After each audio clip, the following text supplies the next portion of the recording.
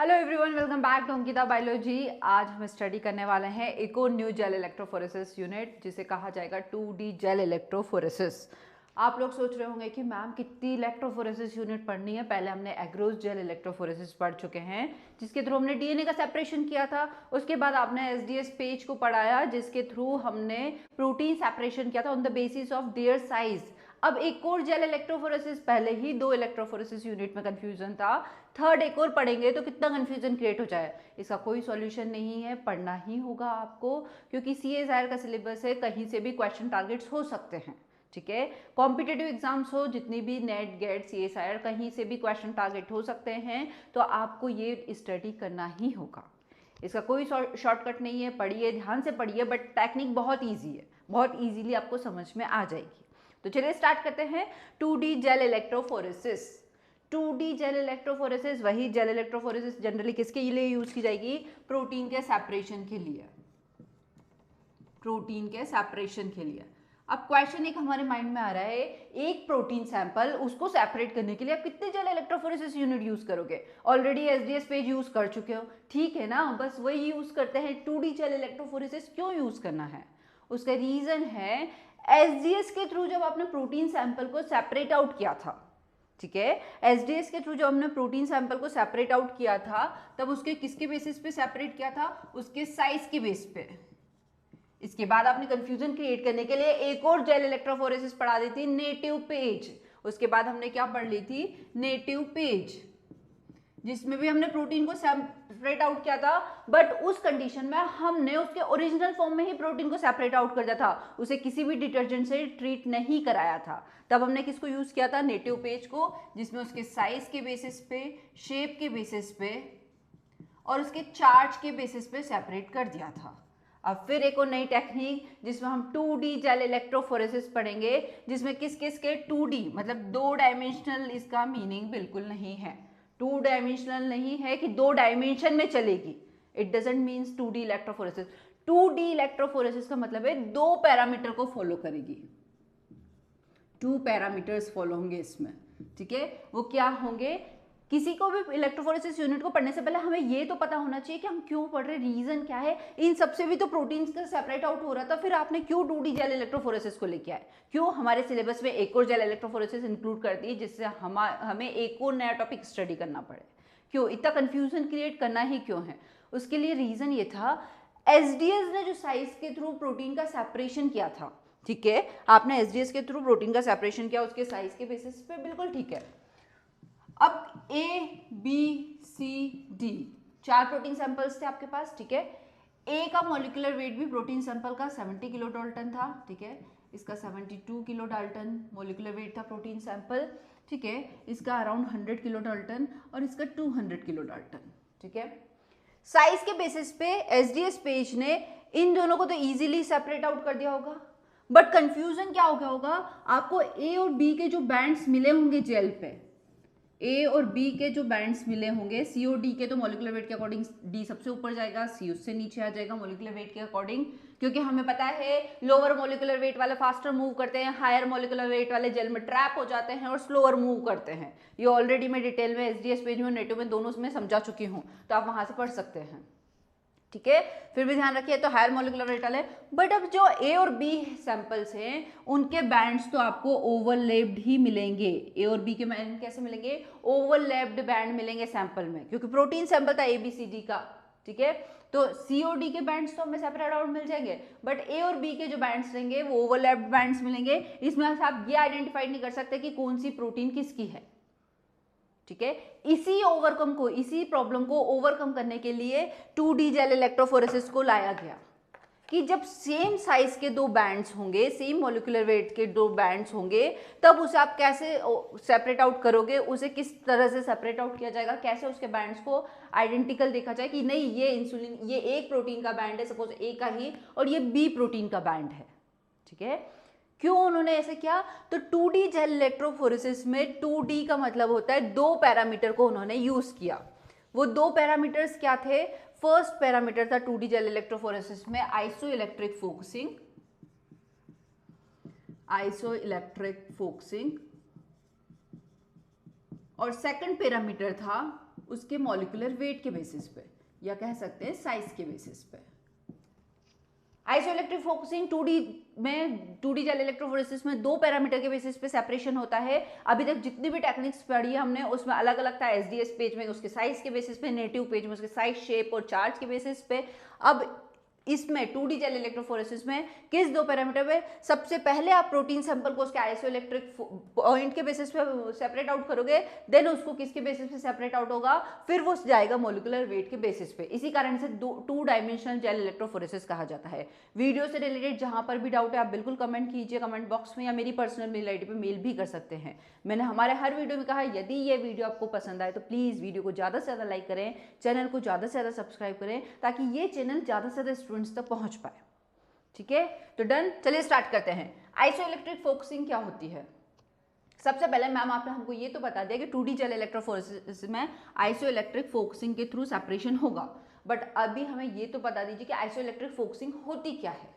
ठीक है, first question कि आइसोइलेक्ट्रिक फोकसिंग होगी क्या, तो आई होप बहुत से स्टूडेंट को क्लियर होगा, कुछ को नहीं क्लियर होगा, तो वो बिल्कुल समझ सकते हैं। आइसोइलेक्ट्रिक पॉइंट वो पॉइंट होता है, आइसोइलेक्ट्रिक पॉइंट, इससे रिलेटेड डिटेल्ड ग्राफ वगैरह डिस्क्रिप्शन बॉक्स में लिंक शेयर की जाएगी, अमीनो एसिड्स में पढ़े थे, अभी मैं शॉर्ट में ब्रीफ में बता रही हूँ आपको कि क्या होगा।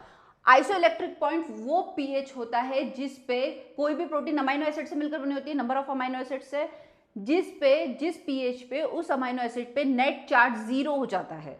नेट चार्ज कितना हो जाएगा? अमीनो एसिड्स हमें पता है, सेंट्रल कार्बन, ठीक है, 4 डिफरेंट ग्रुप जुड़ेंगे, ammonium group, carboxylic group, hydrogen और कोई भी अल्काइल ग्रुप। ठीक है, वो पीएच जिस पर अमीनो एसिड पर नेट चार्ज 0 हो जाता है। नेट चार्ज कैसा रहेगा? 0। इस पे नेट चार्ज 0 है, पॉजिटिव नेगेटिव बराबर, नेट चार्ज कैसा हो जाएगा? 0। तो वो पीएच क्या कहलाता है? उसका आइसोइलेक्ट्रिक पॉइंट। आइसोइलेक्ट्रिक पॉइंट पे कोई भी अमीनो एसिड अपना ज्विटर आयन फॉर्म कर लेता है, ये क्या कहलाएगा? इसका ज्विटर आयन। ज्विटर आयन मतलब उस अमीनो एसिड पे, उस पेप्टाइड्स पे नेट चार्ज 0 होना, वो क्या कहलाएगा? उसका ज्विटर आयनिक फॉर्म। तो आइसोइलेक्ट्रिक पॉइंट वो पॉइंट जिस पर कोई भी, वो पीएच जिस पर कोई भी अमीनो एसिड अपने ऊपर नेट चार्ज क्या रखता है? 0 नेट चार्ज रखता है, मतलब उससे पॉजिटिव नेगेटिव बराबर होंगे, इलेक्ट्रोफोरेटिक मोबिलिटी बिल्कुल भी नहीं होगी, मतलब ये अमीनो एसिड ना ही पॉजिटिव के साइड मूव करेगा, ना ही एनोड के साइड मूव करेगा, ना ही कैथोड के साइड मूव करेगा इस पेप्टाइड चेन। ठीक है, यदि इसको मैंने रख दिया पॉजिटिव, यदि इसको कम पीएच वाले सॉल्यूशन में रख दिया, यदि कम पीएच वाले सॉल्यूशन में रख दिया, जिस पेप्टाइड का पीएच, इसका सपोज आइसोइलेक्ट्रिक पॉइंट था 8, जिसपे ये नेट चार्ज शो कर रहा था 0, A1 कोई प्रोटीन सैंपल है जिसका आइसोइलेक्ट्रिक पॉइंट क्या है? 8, जिसपे नेट चार्ज क्या शो करेगा? 0। इससे कम पीएच पे मैंने रख देती हूँ, यदि सपोज पीएच 7 पे रख देती हूँ इसको, इस अमीनो एसिड को कहाँ लेकर रखना, मतलब इस अमीनो एसिड को कहाँ लेके जा रहे हैं हम? लोअर पीएच के साइड मूव कर रहे हैं। यदि लोअर पीएच के साइड मूव कर रहे हैं तो हमें पता है पीएच कम होना मतलब H+ आयन का कंसंट्रेशन ज्यादा होना, तो इसका ये जो कार्बोक्सिलिक ग्रुप है ये H+ आयन एक्सेप्ट कर लेगा। ठीक है, और ये किस में कन्वर्ट हो जाएगा? प्रोटोनेटेड हो जाएगा और पॉजिटिवली चार्ज में कन्वर्ट हो जाएगा। मतलब कोई भी प्रोटीन सैंपल को यदि उसे क्या आइसोइलेक्ट्रिक पॉइंट से लोअर पीएच के साइड मूव करेंगे तो वो कौन सा चार्ज कैरी करेगी? Positive charge.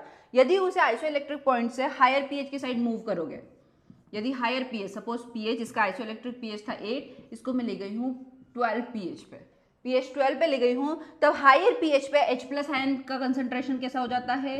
कम हो जाता है। H+ आयन का कंसंट्रेशन कम हो जाएगा तो ये अपने प्रोटोन क्या डीप्रोटोनेशन वाली कंडीशन होगी, प्रोटोन लूज करेगा NH3 और ये क्या हो जाएगा? CO नेगेटिव, CHR और ये H ग्रुप, मतलब इस पे नेट चार्ज क्या आ गया? नेगेटिव आ गया। तो ये ध्यान रखना है हमें, बहुत ही सिंपल, जिसको भी इससे रिलेटेड ग्राफ हो डिस्क्रिप्शन बॉक्स में अमीनो एसिड की शेयर कर दी जाएगी, जिसपे ज्विटर आयन पे भी एक पूरा का पूरा वीडियो बना हुआ है कैसे वो मूव करेगा, डिटेल में है। सिंपल से बात कीजिए, आइसोइलेक्ट्रिक फोकसिंग मतलब आइसोइलेक्ट्रिक पॉइंट समझना था हमें। आइसोइलेक्ट्रिक पॉइंट वो पॉइंट होता है जिसपे अमीनो एसिड नेट चार्ज क्या रखता है? 0, मतलब वो ज्विटर आयन का फॉर्म कर लेता है। ठीक है, अब इसकी इलेक्ट्रोफोरेटिक मोबिलिटी नहीं होगी, यदि इसे इलेक्ट्रिक फील्ड में रखा जाए तो नहीं, ये लेफ्ट राइट एनोड कैथोड के साइड मूव नहीं करेगा। ठीक है, यदि इससे कम पीएच होगा तो वो कहाँ जाएगा? पॉजिटिव चार्ज है, मतलब नेगेटिव की साइड जाएगा, नेगेटिव मतलब कैथोड, कैथोड इलेक्ट्रोड की साइड जाएगा। यदि उस पर हायर पीएच पे रख देंगे, उस पर नेगेटिव चार्ज है, तो माइग्रेट होकर वो प्रोटीन किस साइड आएगी, पॉजिटिव इलेक्ट्रोड की साइड मूव करेगी। तो ये हम समझ सकते हैं कैसे मूवमेंट होगा। हमने हर जगह देखा है इलेक्ट्रोफोरेटिक यूनिट में एनोड और कैथोड पॉइंट क्या होंगे। तो अब बात कर लेते हैं कैसे 2D जेल इलेक्ट्रोफोरेसिस वर्क कैसे करेगा और कैसे मूवमेंट होगा। जिसको भी जहां भी दिक्कत है वो कमेंट बॉक्स में बिल्कुल कमेंट करके पूछ सकता है। सबसे पहले एक इलेक्ट्रोफोरेटिक आइसोइलेक्ट्रिक फोकसिंग के थ्रू सेपरेट करने के लिए आप एक स्ट्रिप लेते हैं जो मार्केट में अवेलेबल होती है, जिसे पीएच स्ट्रिप तो कहा जाता है। ठीक है, ये सपोज इसका इंस्ट्रूमेंट है, सॉरी, ठीक है, ये इसका पॉजिटिव वाला एंड, ठीक है, एनोड, और ये इसका कैथोड वाला इंस्ट्रूमेंट की बात कर रहे हैं। ठीक है, इसके ऊपर हम रख देते हैं एक पीएच स्ट्रिप। पीएच स्ट्रिप रखी जाती है जिसमें पीएच ग्रेडियंट्स होते हैं। ऑलरेडी मिलती है 4 to 10 ग्रेडियंट्स की, जितने भी ग्रेडियंट्स की स्ट्रिप चाहिए आप मार्केट से परचेस कर सकते हो। उसमें पीएच ग्रेडियंट है, अलग अलग पीएच ग्रेडियंट, ये लोअर पीएच वाला, ये हायर पीएच वाला, ठीक है, ये बीच वाला पॉइंट।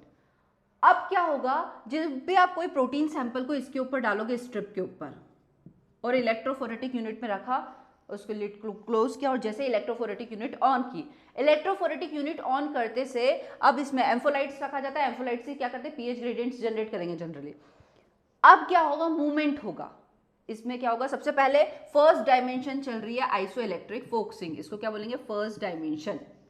फर्स्ट डायमेंशन में उस प्रोटीन सैंपल का क्या होगा, आइसोइलेक्ट्रिक फोकसिंग के थ्रू मूवमेंट होगा। जिस भी सैंपल का, सपोज ए सैंपल का आइसोइलेक्ट्रिक पॉइंट था 3, बी सैंपल का आइसोइलेक्ट्रिक पॉइंट था 4, सी सैंपल का आइसोइलेक्ट्रिक पॉइंट था 8 और डी सैंपल का आइसोइलेक्ट्रिक पॉइंट था 12। ये पीएच ग्रेडियंट की एक स्ट्रिप्स बन चुकी थी, अलग अलग पीएच ग्रेडियंट की। सपोज ये 3 वाला, ये 4 वाला, ये 8 वाला, ये सपोज 10 और ये 14 वाला पीएच ग्रेडियंट, अलग अलग पीएच ग्रेडियंट की हमें एक स्ट्रिप लेनी थी। अब क्या होगा, ए सैंपल, उसका जो ए प्रोटीन सैंपल है वो आइसोइलेक्ट्रिक पॉइंट पे उस पर नेट चार्ज 0 आ जाएगा। इसका आइसो पीआई क्या था, इसके फर्स्ट पीएच, मतलब वो पीएच जिसपे वो नेट चार्ज 0 शो करता, वो पीएच क्या था 3 पीएच पे। तो 3 पीएच पे इसका एक बैंड मिल जाएगा। 3 पीएच पे क्या होगा, प्रोटीन सैंपल का हमें एक बैंड मिल जाएगा। उसके बाद सेकंड सैंपल बी मूव करेगा, बी तो अभी, ठीक है, क्योंकि बी का आइसोइलेक्ट्रिक पॉइंट था 4 पे वो अपना नेट चार्ज 0 शो करता। 4 पीएच से जब तक वो 3 पे होगा तब तक उस पर नेट चार्ज कैसा होगा, पॉजिटिव और नेगेटिव। ये आप ध्यान से समझिएगा, जहां पर भी हो बताइएगा कि यदि आइसोइलेक्ट्रिक पॉइंट से कम पीएच पे है तो वो क्या करेगा, H+ का कंसंट्रेशन ज्यादा होगा तो जो कार्बोक्सिलिक ग्रुप है वो H+ को एक्सेप्ट कर लेगा और नेट चार्ज कैसा हो जाएगा, पॉजिटिव हो जाएगा, मूवमेंट शो करेगा, ठीक है, नेगेटिव की साइड। तो यहाँ पर एक बैंड मिलेगा। जब सी का आइसोइलेक्ट्रिक पॉइंट तक पहुंच जाएगा सैंपल, तब वो भी अपने नेट चार्ज मतलब अब मोबिलिटी शो नहीं करेगा, एक बैंड मिल जाएगा। जब डी अपने आइसोइलेक्ट्रिक पॉइंट तक पहुंचेगा 10 और 12, सपोज यहाँ 10 to 14 मान ले, तो यहाँ इसका एक चार्ज बना देते हैं रेंज के अकॉर्डिंग, डी जिसका 12 पीएच है, इस आइसोइलेक्ट्रिक पॉइंट, इसका 8, इसका 4 और इसका 3। तो ये चारों सैंपल जो प्रोटीन सैंपल था ABCD का, वो किसके बेसिस पे सेपरेट आउट हो चुके हैं, उसके आइसोइलेक्ट्रिक पॉइंट के बेसिस पे सेपरेट आउट हो चुके हैं, जो क्या है आपकी फर्स्ट डायमेंशनल मेथड। आपने जैसे इसको सेपरेट आउट कर दिया, अब क्या करेंगे आप, SDS पेज में हमने रिजॉल्विंग जेल बनाया था, ध्यान हो तो हमने 2 टाइप के जेल यूज किए थे, स्टैकिंग जेल और रिजॉल्विंग जेल, ठीक है। रिजॉल्विंग जेल बनाया था, सेम वैसे ही हमें रिजॉल्विंग जेल प्रिपेयर करना है, जेल कास्टिंग करेंगे हम। यहाँ पर आप जेल SDS पेज में जो जेल लिया था, सेकंड मेथड है उसके मॉलिक्यूलर वेट के बेसिस पे, ठीक है। रिजॉल्विंग जेल लेंगे, रिजॉल्विंग जेल के थ्रू क्या होगा, अब रिजॉल्विंग जेल के ऊपर इस पीएच स्ट्रिप को रख दिया जाता है, जो पीएच स्ट्रिप थे, अब इसने आपने इस पीएच स्ट्रिप को रख दिया, ठीक है, जिसमें अलग अलग सैंपल्स हमें मिल चुके थे। 3 के बैंड्स मिले थे, 4 के बैंड्स मिले थे, 8 वाले और ये ABCD, ठीक है, ABCD 4 सैंपल के हमें पता था आइसोइलेक्ट्रिक पॉइंट के अकॉर्डिंग। अब जैसे ही रिजॉल्विंग जेल पे रखोगे, सेम वही इलेक्ट्रोफोरेटिक यूनिट में रखोगे, इलेक्ट्रोफोरेटिक यूनिट को ऑन करोगे तो ये सब मूव करेंगे। ये सब तो क्या है, इसके आइसोइलेक्ट्रिक पॉइंट पे आ चुके हैं। अब वेट डिफरेंट क्या होगा, अब इसमें सेपरेशन होगा इसके मॉलिक्यूलर वेट के बेसिस पे, जो क्या है second dimensional method. First dimension में उसमें सेपरेशन हुआ उसके आइसोइलेक्ट्रिक पॉइंट के बेसिस पे, सेकंड में वही सोडियम डोडेसाइल सल्फेट के थ्रू जैसे आपने मॉलिक्यूलर वेट के थ्रू सेपरेट किया था, इसमें अब सेपरेशन क्या होगा उसके मॉलिक्यूलर वेट्स पे। तो मॉलिक्यूलर वेट पे सेपरेशन हुआ, दो protein suppose same molecular weight की है तो वो अलग अलग आइडेंटिफाइड हो जाएगी आपको कि ए का मॉलिक्यूलर वेट ये है, बी का मॉलिक्यूलर वेट भी सेम उसी के जैसा है, बट हमें बैंड्स कैसे मिले, सेपरेट आइडेंटिकल बैंड्स मिले कि हाँ दोनों के अलग अलग बैंड्स मिले हैं। COD अकॉर्डिंग टू उसके मॉलिक्यूलर वेट सेपरेट आउट हो जाएंगे। तो इसके बेसिस पे हमने 2 डायमेंशनल जेल इलेक्ट्रोफोरेसिस क्या है, जिसमें हमने पहले जो रन कराया वो आइसोइलेक्ट्रिक फोकसिंग के बेसिस पे कि उस प्रोटीन सैंपल का पीएच क्या होगा जिस पे उसका नेट चार्ज 0 होगा, किस पीएच पे वो अमाइनो एसिड अपना नेट चार्ज 0 रखता है, उसके बेसिस पे सेपरेट कर लिया आइसोइलेक्ट्रिक पॉइंट के बेसिस पे। उसके बाद उस पीएच स्ट्रिप को हमने उस जेल के ऊपर रखा जिसमें उसके मॉलिक्यूलर वेट के बेसिस पे सेपरेशन होगा।